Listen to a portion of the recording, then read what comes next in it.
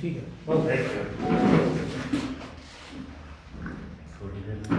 एक जो फ्लाईओवर का एक जो वीडियो आया जी, वो कब से बनने की शुरुआत? उसके बारे में एक अलग चर्चा करेंगे। उसकी एक अलग डिटेल वो चल रही है, उसकी व्यवस्थाएं अभी वो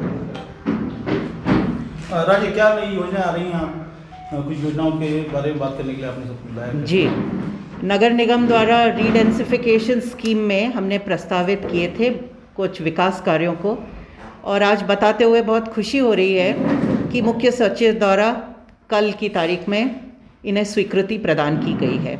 इसमें मुख्य तौर पे नए कलेक्ट्रेट भवन का निर्माण, नए बस स्टैंड का निर्माण, 62 नए हमारे सरकारी निवासों के बनाने की तैयारी होगी उसमें, और हमारे जो 3 जोनल ऑफिसेज हैं जिनकी बहुत ज़रूरत है हमें हमारे नगर निगम में, तो उनके 3 नए जोनल ऑफिसेज की स्ट्रक्चर उसमें तैयार किया जाएगा।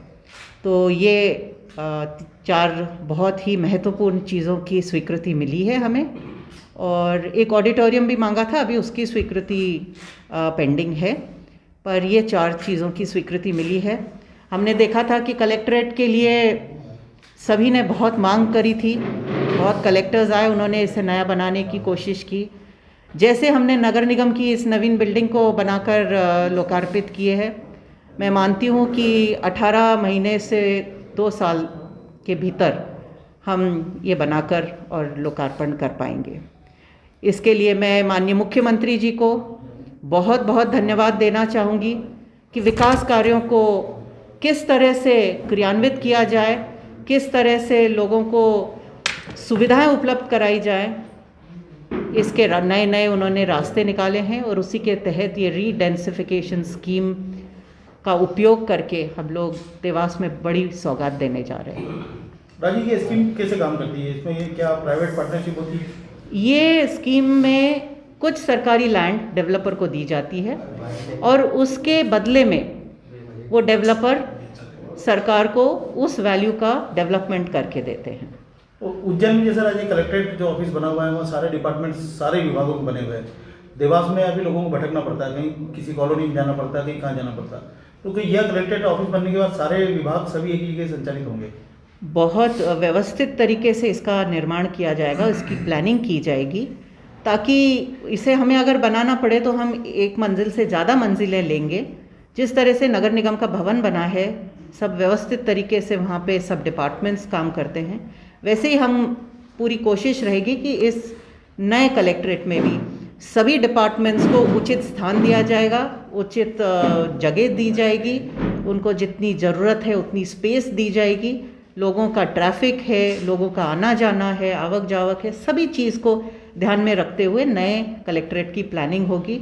और मैं मानती हूँ कि देवास में एक ऐसा कलेक्ट्रेट हम बनाकर जनता को देंगे जो शायद प्रदेश में बेहतरीन हो। क्या कोई कंपनी तय कर ली गई है अभी? नहीं, अभी नहीं, ये तो अब केवल रीडेंसिफिकेशन की स्कीम को स्वीकृति मिली है। अब टेंडर होंगे, ऑनलाइन सब होता है, वो तो ऑनलाइन टेंडरिंग होगी और उसमें फिर सरकार तय करेगी। ये अलग अलग जो चारों प्रोजेक्ट हैं, इनकी राशि आवंटित हुई है कि कलेक्ट्रेट कितने करोड़ में बनेगा, बस स्टैंड के लिए ये संबंधित राशि, उसकी डिटेल्स पूरी वर्कआउट हो रही हैं और बहुत जल्दी वो भी आपको अवेलेबल करवा दी जाएंगी। अभी मोटे तौर पे कि कौन सी लैंड दी जाएगी और क्या काम होंगे ये तय हुआ है। राजीव, जो बस स्टैंड है, क्योंकि बसें जब आती हैं देवास में तो काफ़ी जाम भी होती है, तो जो बस स्टैंड जो बनने जा रहा है बाईपास पे, उस पर क्या क्या सुविधा लोगों के हित में मिलेगी? देखिए, सभी मानते हैं कि ये देवास का बस स्टैंड जो हमारे देवास शहर के बीचों बीच था, इसे अब बाहर शिफ्ट करने का टाइम आ गया था, क्योंकि इतनी ट्रैफिक की अव्यवस्था हो रही थी बसेस के आने जाने से, बहुत एक्सीडेंट्स हो रहे थे, ट्रैफिक जैम्स हो रहे थे। तो इसको देखते हुए हमने इसको बाईपास पे शिफ्ट किया है।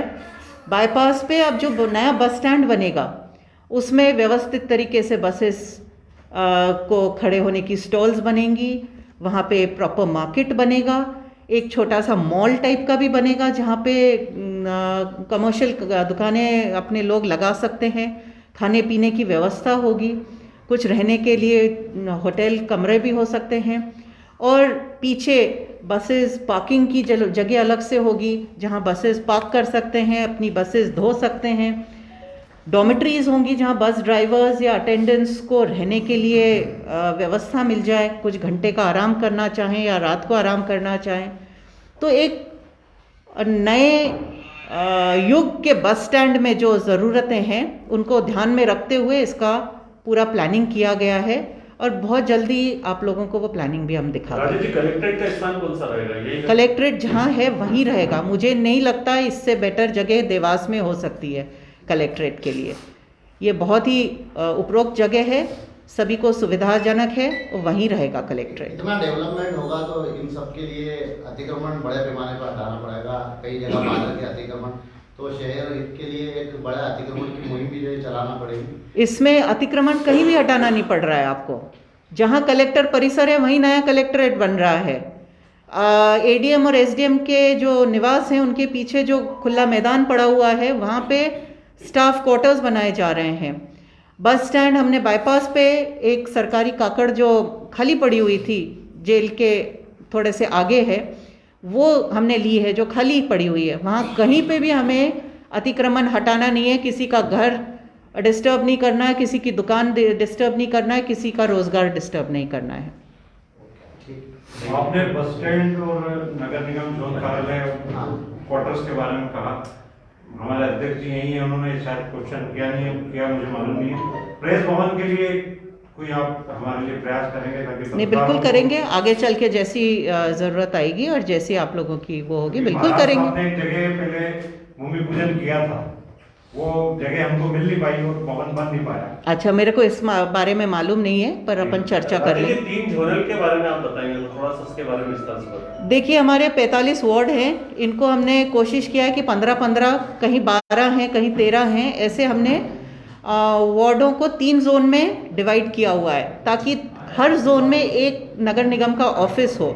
उस जोन के व्यक्ति को हर छोटे बड़े काम के लिए नगर निगम तक शहर में आने की ज़रूरत ना पड़े, ताकि वो छोटे मोटे काम हो, कर भरना हो, कोई फॉर्म लेना हो, कोई जानकारी लेनी हो, उस जोनल ऑफिस में जाके वो काम कर सकते हैं। कितने वार्ड आएंगे उस ऑफिस में? अंदाजन मैंने बताया ना 15 वार्ड आएंगे, हो सकता है कि 1-2 कम हो, 1-2 ज़्यादा हो। राजी, जो सिविल लाइन रोड पे जो सरकारी निवास बने हुए हैं बहुत जर्जर स्थिति में और बुरी हालत में है, तो ऐसे में क्या उन सभी को डिसमेंटल करके नए भवन बना करके सभी को अधिकारियों की वो जो सरकारी भवनों की लाइन है वो रीडेंसिफिकेशन में जाएगी, वो डेवलपर को जाएगी और एडीएम और एसडीएम के घरों के पीछे जो मैदान है वहाँ पे नए भवन बनेंगे। ठीक है, धन्यवाद। क्या एक काम करो, एक आईडी नीचे ही रहना। नीचे नहीं तो सबकी कॉमन दिख रही है, वो तो वही नहीं बगैर आईडी की। मैं खड़े हो जाऊँ? हाँ, खड़े हो जाओ। चलो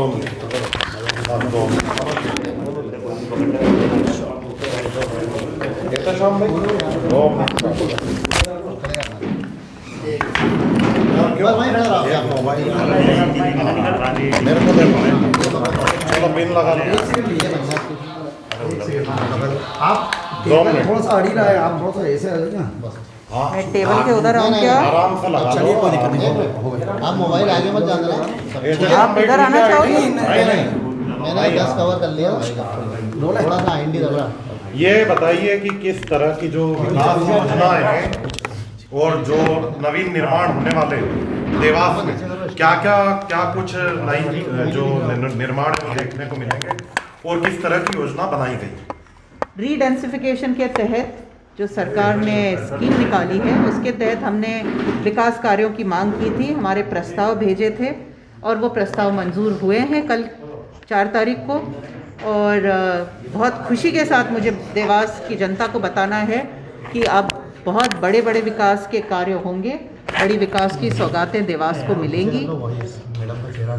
क्या जो 4 आपने जो महत्वपूर्ण अभी बात बताई वो क्या 4 योजनाएं हैं जिन पर अभी काम शुरू होगा? पहले तो नया कलेक्ट्रेट भवन बनेगा, जो पुराना बने उसी के स्थान पे उसी परिसर में नया कलेक्ट्रेट भवन बनेगा जिसमें सभी मॉडर्न व्यवस्थाएं होंगी और हमारे जो सरकारी कर्मचारी हैं उनके लिए स्टाफ क्वार्टर्स की बहुत ज़रूरत थी, बहुत मांग थी, तो ऐसे 62 क्वार्टर्स बन रहे हैं। जो एसडीएम और एडीएम का निवास है, उनके पीछे जो मैदान पड़ा हुआ है, उस मैदान को उपयोग में लेते हुए वहाँ पर स्टाफ क्वार्टर्स बनेंगे 62। उसके साथ ही जो बहुत दिनों से एक हम रुके हुए थे कि ये विकास कार्य हम कैसे करें, समझ में नहीं आ रहा था, उसका भी रास्ता लगा है। नया बस स्टैंड बनने के लिए सैंक्शन हुआ है। ये बाईपास पे एक नया पूरा मॉडर्न तरीके से अंतर्राज्यीय बस स्टैंड होगा जी अभी कम से कम पूरे प्रदेश में जाने वाली बसेस वहाँ से निकल सकेंगी। सभी सुविधाओं के साथ युक्त हम उस बस स्टैंड को देवास को देने जा रहे हैं। और हमारे 3 जोनल ऑफिसेज जो नगर निगम के बनने हैं, वो भी इसी स्कीम के तहत बने। कब तक शुरू हो जाएंगे कार्य अनुमान? बस कल स्वीकृत हुआ है ये, अब प्रोसेस चलेगी। मैं पूरी कोशिश करूंगी जल्दी से जल्दी इनके टेंडर्स खुलें, टेंडर्स लगें, टेंडर्स खुलें और फिर काम शुरू हो। शासकीय जो आपने भूमि का जिक्र किया कि किसी कंपनी को दी जाएगी, जी, तो वही निर्माण करेगी क्या? बिल्कुल। रीडेंसिफिकेशन आपको मालूम है, उसमें सरकार की कुछ ज़मीन डेवलपर को दी जाती है और डेवलपर वो डेवलपमेंट्स करके देते हैं। तो उसमें ही कलेक्ट्रेट के पीछे की जो पट्टी है, जहाँ रजिस्ट्रार ऑफिस और ये बने हुए हैं, वहाँ का एक पीछे की पट्टी दी जाएगी और सामने पूरा कलेक्ट्रेट बनेगा।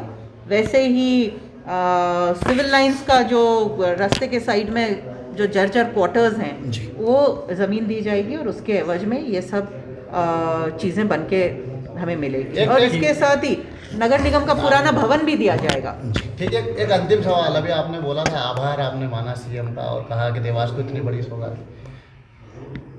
मैं माननीय मुख्यमंत्री जी का बहुत बहुत आभार देना चाहती हूँ कि उन्होंने जो बोला है करके दिखाया है।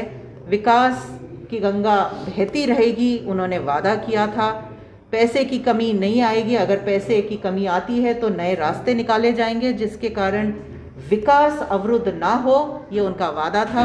अपने शब्द को उन्होंने साकार किया है, उसके लिए देवास की जनता की तरफ से उनको मैं बहुत बहुत धन्यवाद देना चाहती हूँ। Thank you.